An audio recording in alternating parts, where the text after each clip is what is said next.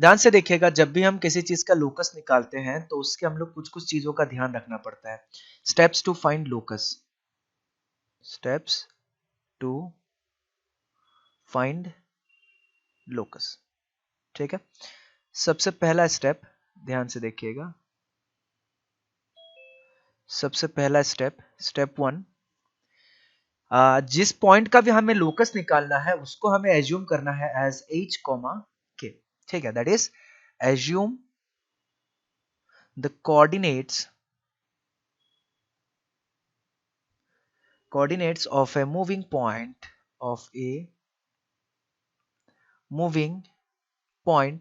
as h, k। जिस point का भी हमें लोकस निकालना है उस पॉइंट को हम लोग एज्यूम करेंगे h, k। दूसरा पॉइंट ध्यान से देखिएगा, right the given condition, write the given condition in mathematical form। ठीक है, जो भी कंडीशन हमें दिया जाता है उस कंडीशन को हमें किस में लिखना है, मैथमेटिकल फॉर्म में लिखना है, using h, k। h, k को यूज करके हमें उसको मैथमेटिकल फॉर्म में लिखना है। थर्ड स्टेप, ध्यान से देखिएगा, थर्ड स्टेप हमारे पास कुछ ऐसा आता है, eliminate the variable if any assumed. अगर हमने कोई वेरिएबल एज्यूम किया है तो उसको हमें आखिरकार एलिमिनेट कर देना पड़ेगा, क्योंकि वो क्वेश्चन में था नहीं, हमने खुद से एज्यूम किया हुआ था, तो उसको एलिमिनेट आखिरकार करना पड़ेगा। Final step, that is step 4। Step 4 हमारे पास आता है, देखिएगा, replace h by x and y by k। oh sorry, replace h by x and k by y। आखिर में जो भी हमारा इक्वेशन आएगा उसमें h को रिप्लेस कर देना है x से और k को रिप्लेस कर देना है y से। जो इक्वेशन हमारा निकलेगा वही इक्वेशन हमारा इक्वेशन ऑफ द लोकस होगा। ठीक है, इसको लोकस निकालते समय हमें 2-3 पॉइंट का ध्यान रखना है। वो क्या पॉइंट है उस चीज को हम लोग देखते हैं। ठीक है, नोट में 1-2 पॉइंट हम लोग देख लेते हैं। सबसे पहला पॉइंट हमें बोला गया है, while taking the mathematical condition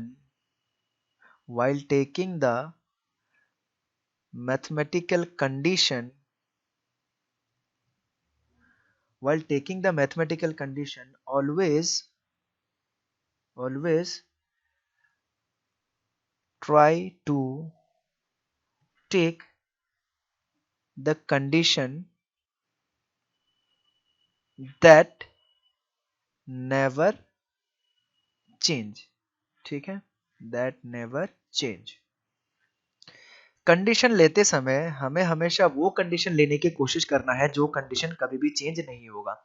question को पढ़ के हमें बहुत सारा आइडिया मिल जाएगा कि कौन सा कंडीशन चेंज हो सकता है, कौन सा कंडीशन नहीं चेंज हो सकता है।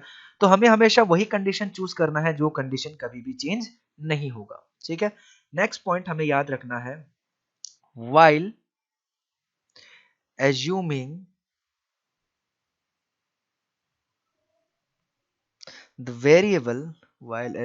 the variable by ourselves।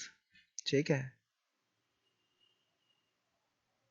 अगर हम लोग खुद से कुछ वेरिएबल एज्यूम करते हैं, ठीक है, try to keep less number, यानी कि जब भी हम वेरिएबल को एज्यूम करें, ठीक है, तो हमें कोशिश करना है कि कम से कम हमारे पास वेरिएबल हो, that is less number of variables. ठीक है, एज पॉसिबल, जितना हो सके हमें कोशिश करना है कि कम से कम वेरिएबल एज्यूम करना है, ज्यादा से ज्यादा नहीं, क्योंकि जितना ज्यादा वेरिएबल हम लोग एज्यूम करेंगे उतना ज्यादा कॉम्प्लिकेटेड होगा। तो ध्यान से समझिएगा, ये लोकस फाइंड आउट करने के कुछ कुछ स्टेप्स हैं, हम क्वेश्चन भी करेंगे अभी लोकस में, ध्यान से सुनिएगा। तो कभी भी अगर हमें लोकस फाइंड आउट करना है तो सबसे पहले ध्यान रखिएगा, लोकस फाइंड आउट करने के लिए सबसे पहले हमें कुछ कुछ स्टेप्स को फॉलो करेंगे। सबसे पहला, जिस भी मूविंग पॉइंट का लोकस निकालना है उस मूविंग पॉइंट को हम लोग h, k एज्यूम करेंगे। उसके बाद जो भी कंडीशन दिया गया है उस कंडीशन को हम लोग मैथमेटिकली लिखने की कोशिश करेंगे।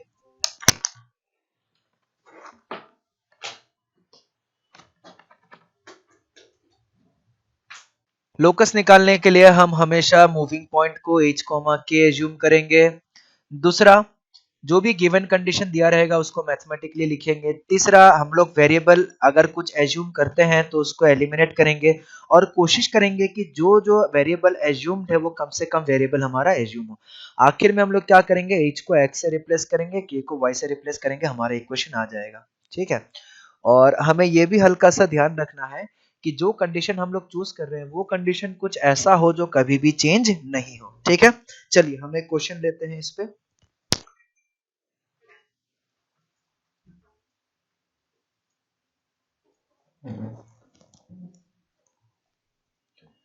हमारा क्वेश्चन कुछ इस तरीके का है।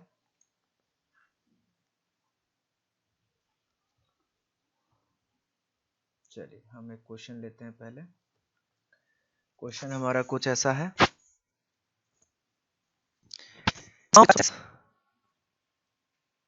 The sum of squares of distance, the sum of square of distance of a moving point, the sum of squares of distance of a moving point from two fixed point, from two fixed point, that is a comma 0 and minus a comma 0 is equal to c, that is constant। ठीक है, ओ sorry, is गलत लिख दिया, is equal to a constant quantity, is equal to a constant quantity, that is 2c square। Find the equation of locus, find the equation of locus। उस locus का अपने को equation निकालना है। ध्यान से देखिएगा किस तरीके से सॉल्व करेंगे, कैसे सॉल्व होगा हमारा ये इक्वेशन। सबसे पहले हम लोग क्वेश्चन को देखते हैं कि हमारा क्वेश्चन क्या दिया गया है। हमारा क्वेश्चन दिया गया है कुछ इस तरीके का कि the sum of squares of a distance of a moving point. हमारे पास एक मूविंग पॉइंट है जिसका distance from two fixed point, that is a, 0 and minus a, 0 is equal to a constant quantity, that is 2c square. Find the equation of the locus. उस locus का हमको equation find out करना है। ध्यान से देखिएगा किस तरीके से हम लोग कर सकते हैं सॉल्यूशन। सबसे पहला स्टेप हमारा था कि जो भी मूविंग पॉइंट हमारा है उस मूविंग पॉइंट को हम लोग एज्यूम करेंगे as h, k। Let the moving point be h, k। ठीक है, और सबसे पहला चीज मैंने स्टार्टिंग में ही बताया था कि कोऑर्डिनेट ज्योमेट्री का आप जब भी क्वेश्चंस करें आप कहीं ना कहीं अपना ग्राफ ड्रॉ करें।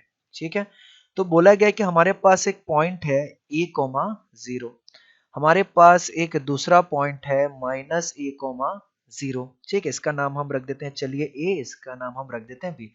उसके बाद हमारे पास एक मूविंग पॉइंट है p, दैट इज हमने ले लिया h, k। हमें बोला गया है कि the sum of the squares of distance. पहला तो हमने क्या ले लिया, पहले हमने ले लिया कि जो मूविंग पॉइंट था उसको h, k एज्यूम कर लिया। अब जो है मैथमेटिकल कंडीशन को लिखने की कोशिश करेंगे। जो कंडीशन दिया गया है उसको मैथमेटिकली लिखने की कोशिश करेंगे। तो कंडीशन क्या दिया गया है, आइए देखते हैं। बोला गया है कि जो पी ए डिस्टेंस है उसका स्क्वायर प्लस पी बी जो डिस्टेंस है उसका स्क्वायर का सम करेंगे तो 2c स्क्वायर के बराबर आना चाहिए। देखिएगा, the sum of square of distance of a moving point, that is p from two fix point, that is a, 0 and minus a, 0। a, 0 and minus a, 0 से अगर मैं सम डिस्टेंस का square का सम ले लूं, that is P A square plus P B square equal to ये आना चाहिए 2c स्क्वायर के बराबर। तो ये क्वेश्चन में बोला गया है। तो ये जो कंडीशन था इस कंडीशन को हमने मैथमेटिकली कन्वर्ट कर लिया और ये वो कंडीशन है that will never change. Why? Because it is already given in the question that the sum of the distance of a moving point from this two points, that is a and b, will be always a constant quantity and that is equal to 2c square. ठीक है, ये हमें already बोला गया। सो हम लोग इसको लिख सकते हैं। अब मैथमेटिकली हमारा इक्वेशन कन्वर्ट हो गया, हमें कोई वैल्यू एज्यूम करने की भी जरूरत नहीं पड़ी, हम इसको सॉल्व कर सकते हैं। Then what will be P A square. From the distance formula, we can find the value of PA, that is h minus a whole square plus k minus 0 whole square, और PA का square है, that means इसका भी whole square. The next one is PB. तो PB हमारे पास कितना आ जाएगा, h प्लस a का whole square plus k minus 0 का होल स्क्वायर और इसका भी whole square, and that will be equal to 2c square. ठीक है, तो ये हमारे पास, ये हमने मैथमेटिकल कंडीशन को लिख दिया. अब इसको सॉल्व करना है और h की जगह x रखना है और k की जगह y रखना है. It is so simple. इसको करेंगे तो ये हमारे पास आ जाएगा h माइनस ए का whole square plus K square plus h plus A का whole square plus K square will be equal to 2c square.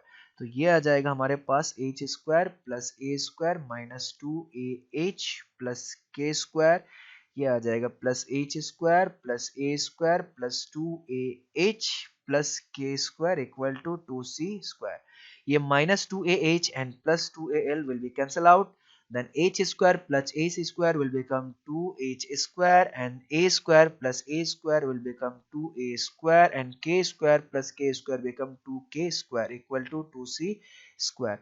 तो इसको हम लोग लिख सकते हैं h square plus K square plus A square equal to C square. ठीक है, उसके बाद h की जगह x पुट करेंगे और y की जगह k पुट करेंगे, हमारा इक्वेशन आ जाएगा. That means will get our answer as X square plus Y square plus A square equal to C square. यानी कि इसको हम लोग ऐसे भी लिख सकते हैं X square plus Y square is equal to C square minus A square. तो ये आ गया हमारा लोकस. ठीक है, तो लोकस निकालने की यही कंडीशन है कि पहला जो मूविंग पॉइंट है उसको h के एज्यूम करना है. उसके बाद जो भी कंडीशन दिया गया है उस कंडीशन को मैथमेटिकली पुट करना है.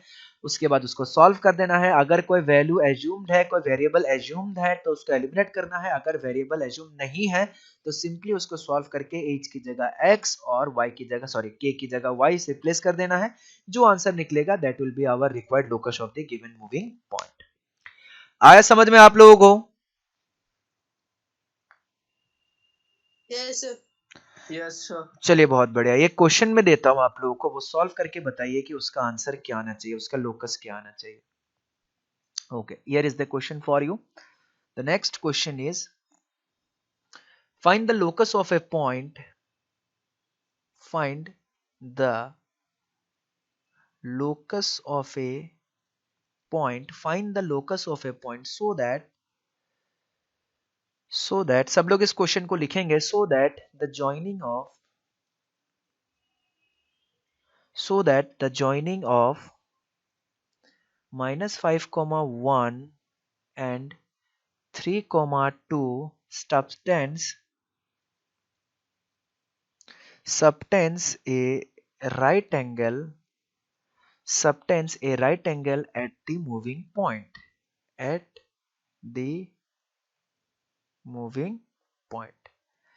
ठीक है, सबटेंस का मतलब क्या होता है मैं समझा देता हूं अगर आप लोग को नहीं पता होगा तो. ठीक है, सबटेंस का मतलब होता है बनाना.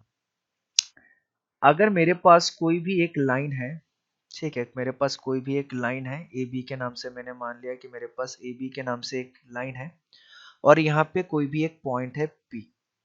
ठीक है, अगर मैंने मेरे ए बी का एंड पॉइंट से अगर मैं पी पे एक लाइन ज्वाइन कर दूं, ठीक है, ए बी का एंड पॉइंट पे अगर एक लाइन ज्वाइन कर दूं पी पे, ए बी के एंड पॉइंट से पी तक अगर मैं लाइन ज्वाइन कर दूं तो मान लेते हैं कि थीटा एंगल बनता है. तो हम इसको कुछ इस तरीके से बोलेंगे कि theta is the angle subtended by AB on point P. ठीक है, तो इसी चीज को बोलते हैं सबटेंड करना. उसके एंड पॉइंट से उसके पॉइंट P तक हम लोग जोड़ देंगे, जो एंगल बनेगा उसी को हम लोग बोलते हैं सबटेंडेड एंगल. तो इसी तरीके से ये क्वेश्चन बनाया गया है कि find the locus of A point so that the joining of minus 5 1 and 3 2 subtends a right angle at the moving point. आप लोगों के पास 3 मिनट का समय है, फटाफट इसका लोकस निकालिए और बताइए आंसर क्या होगा.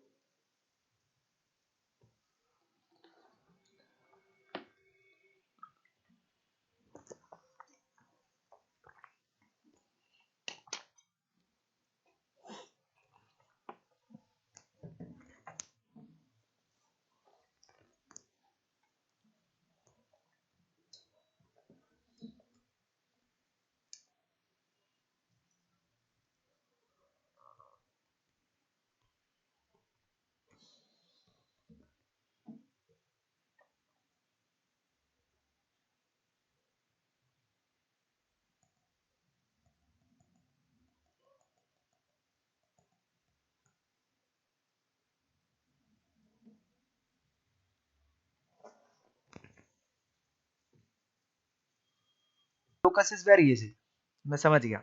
ठीक है, तो चलिए हमें बोला गया है कि हमारे पास एक पॉइंट है -5,1 और 3,2।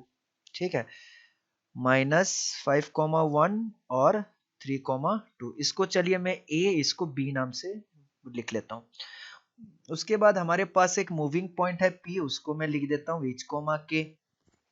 ये जो ए बी है, इस पी पॉइंट पे एंगल सबटेंस करता है, यानी कि एंगल बनाता है। और वो कौन सा एंगल बनाता है? 90 डिग्री, राइट एंगल बनाता है। तो अगर ये राइट एंगल बनाता है तो हमें ऐसा एक कंडीशन चूज करना है जो ये कभी भी चेंज नहीं हो। कौन सा कंडीशन चूज करेंगे जी, बताइए? Pythagoras, very good. That means ये हमारा ए बी हमारा हाइपोटेन्यूज हो जाएगा।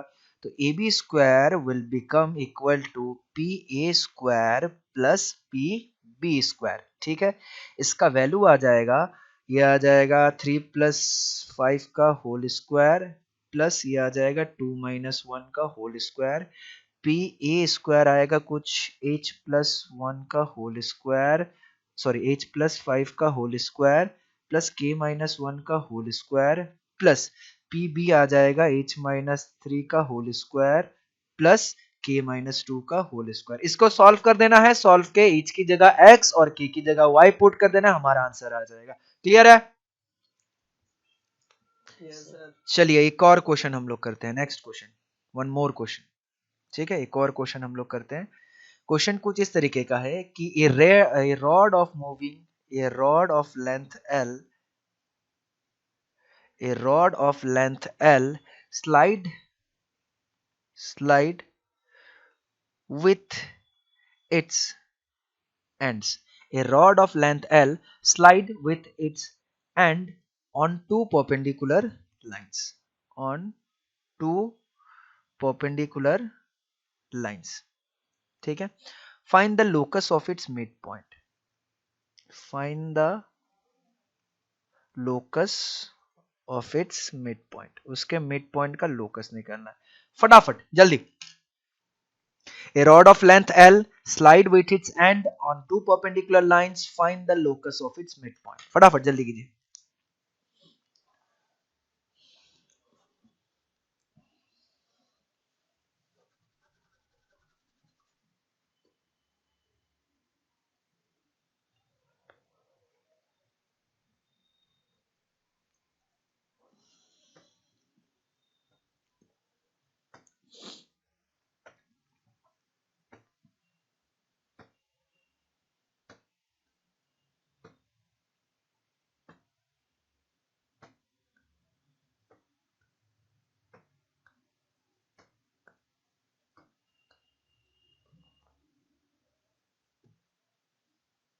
ध्यान से देखिएगा हम किस तरीके से सॉल्व कर सकते हैं इसको।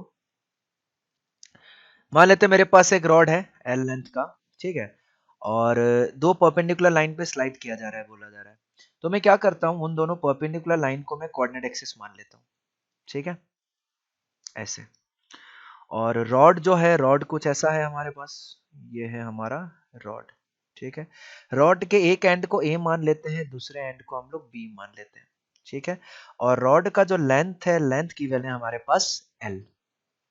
ठीक है, इसका मिड पॉइंट का लोकस निकालना है, जिसका लोकस निकालना है उसको हम लोग एज्यूम कर लेते हैं, चलिए पी एच कॉमा के। ठीक है, उसके बाद हम क्या करते हैं, ध्यान से देखिएगा, ये जो होगा ये हमेशा परपेंडिकुलर होगा, इसको मैं चलिए ओ बना, ओ ए बी जो है ये हमेशा राइट एंगल ट्रायंगल बनेगा। इसको सॉल्व करने के लिए मैं क्या कर लेता हूं, या फिर हम लोग ऐसे भी कर सकते हैं, चलिए इधर देखते हैं, इसको मैं एज्यूम कर लेता हूं a, 0। ठीक है, क्योंकि ये पॉइंट हमें गिवन नहीं है तो इसको हमने एज्यूम कर लिया, और इस b पॉइंट को एज्यूम कर लेता हूं मैं 0, b, क्योंकि ये भी गिवन नहीं है। अगर ये पॉइंट a, 0 है तो यहां से यहां तक जो लेंथ है ये हो जाएगा a, और यहां से यहां तक जो लेंथ है ये हो जाएगा b। ठीक है, उसके बाद हम लोग, एक कंडीशन हमारा कभी चेंज नहीं होगा, from right angle triangle O A B, हम लिख सकते हैं कि A B square will be always equal to O A square plus O B square. ठीक है, ए बी का लेंथ हमें पता है, क्वेश्चन में गिवन है, that is L, that means L square will become equal to A square plus B square. अब A B जो है, ध्यान से देखिएगा, ए बी क्वेश्चन में गिवन नहीं है, ए बी हमारा एज्यूम्ड वेरिएबल है, तो ए बी को हमें एलिमिनेट करना पड़ेगा। तो एलिमिनेट कैसे कर सकते हैं, ध्यान से देखिएगा, एच और के जो है ये मिड पॉइंट है किसका, ए और बी का, तो हम लोग इसको मिड पॉइंट फॉर्मूला यूज करके लिख सकते हैं, P H comma K is mid point of A B, is mid point of A B, A B का क्या मिड पॉइंट है, तो इसको हम लोग कुछ इस तरीके से लिख सकते हैं कि that means x1 plus x2 by 2, ये मिड पॉइंट का फॉर्मूला होता था, 0 plus a plus 0 by 2 is equal to किसके बराबर हो जाएगा, h, और 0 प्लस b बाई 2 ये हो जाएगा हमारे पास k, तो a का वैल्यू हो जाएगा हमारे पास 2h, b का वैल्यू हो जाएगा हमारे पास 2k, इसको हम लोग 1 से एज्यूम कर देते हैं, तो हम 1 को रिप्लेस करके क्या लिख सकते हैं, L square equal to 2h का होल स्क्वायर प्लस 2k का होल स्क्वायर, तो हमारे पास निकल के आ जाएगा ये 4x square plus 4y square equal to L square, तो ये आ जाएगा हमारा रिक्वायर्ड लोकस। आया समझ में? इसको एक और तरीके से हम लोग कर सकते हैं, आप अगर थोड़ा सा और दिमाग लगाएंगे तो इसको एक और तरीके से कर सकते हैं, ध्यान से देखिएगा, मैं यहां से ऐसे परपेंडिकुलर लाइन ड्रॉ कर देता हूं और यहां से भी ड्रॉ कर देता हूं, इस एंगल को अगर मैं थीटा ले लूं तो ये भी एंगल हमारा कितना हो जाएगा, थीटा हो जाएगा, ठीक है, इस एंगल को थीटा ले लूं तो ये भी एंगल हमारा कितना हो जाएगा, थीटा हो जाएगा। अब ध्यान से देखिएगा, ये मिड पॉइंट है, मिड पॉइंट है तो ये लेंथ आ जाएगा हमारा l/2, ये भी लेंथ आ जाएगा हमारा l/2, ये पॉइंट अगर हम लोग h, k कंसीडर किए हैं तो ये वाला डिस्टेंस हमारा h होगा और ये वाला डिस्टेंस हमारा k होगा, ठीक है, ध्यान से देखिएगा, ये इसको हम लोग m नाम दे देते हैं, इसको हम लोग n नाम दे देते हैं, छोटा सा, बस मैं हल्का सा ऐसे ही बता रहा हूं। ये अगर ट्राइंगल ले लें, फ्रॉम ट्राइंगल PMA, PMA अगर ट्राइंगल ले लें हम लोग, ठीक है, तो साइन थीटा निकालेंगे तो हमारे पास कितना आ जाएगा, साइन थीटा निकालेंगे तो हमारे पास आ जाएगा k/l/2, k/l/2, यानी कि 2k/l आ जाएगा, ठीक है। दूसरा, from triangle PNB, from triangle PNB, इसमें से अगर मैं cos थीटा निकालूं तो मेरे पास आ जाएगा h l/2, यानी कि 2h/l, ठीक है, ये भी एक सॉल्व करने का तरीका है। उसके बाद हमें पता है कि वेरिएबल हमने थीटा एज्यूम कर रखा है, उसको अगर हमें एलिमिनेट करना है, that means sine square theta plus cos square theta equal to कितना हो जाता है, 1, ये ऑल्टरनेटिव मेथड है, ठीक है। तो साइन स्क्वायर थीटा का मतलब हो जाएगा 2k/l का होल स्क्वायर, कॉस का मतलब हो जाएगा 2h/l का होल स्क्वायर इक्वल टू कितना, 1, तो फाइनली आ जाएगा 4k square plus 4 h square equal to कितना, l square, that means 4x square plus 4y square equal to l square. तो इसको हम लोग ऐसे भी सॉल्व कर सकते हैं, इस तरीके से भी हम लोग सॉल्व कर सकते हैं ट्रिग्नोमेट्री का यूज करके। सबको समझ में आया किस तरीके से लोकस निकाला जाएगा?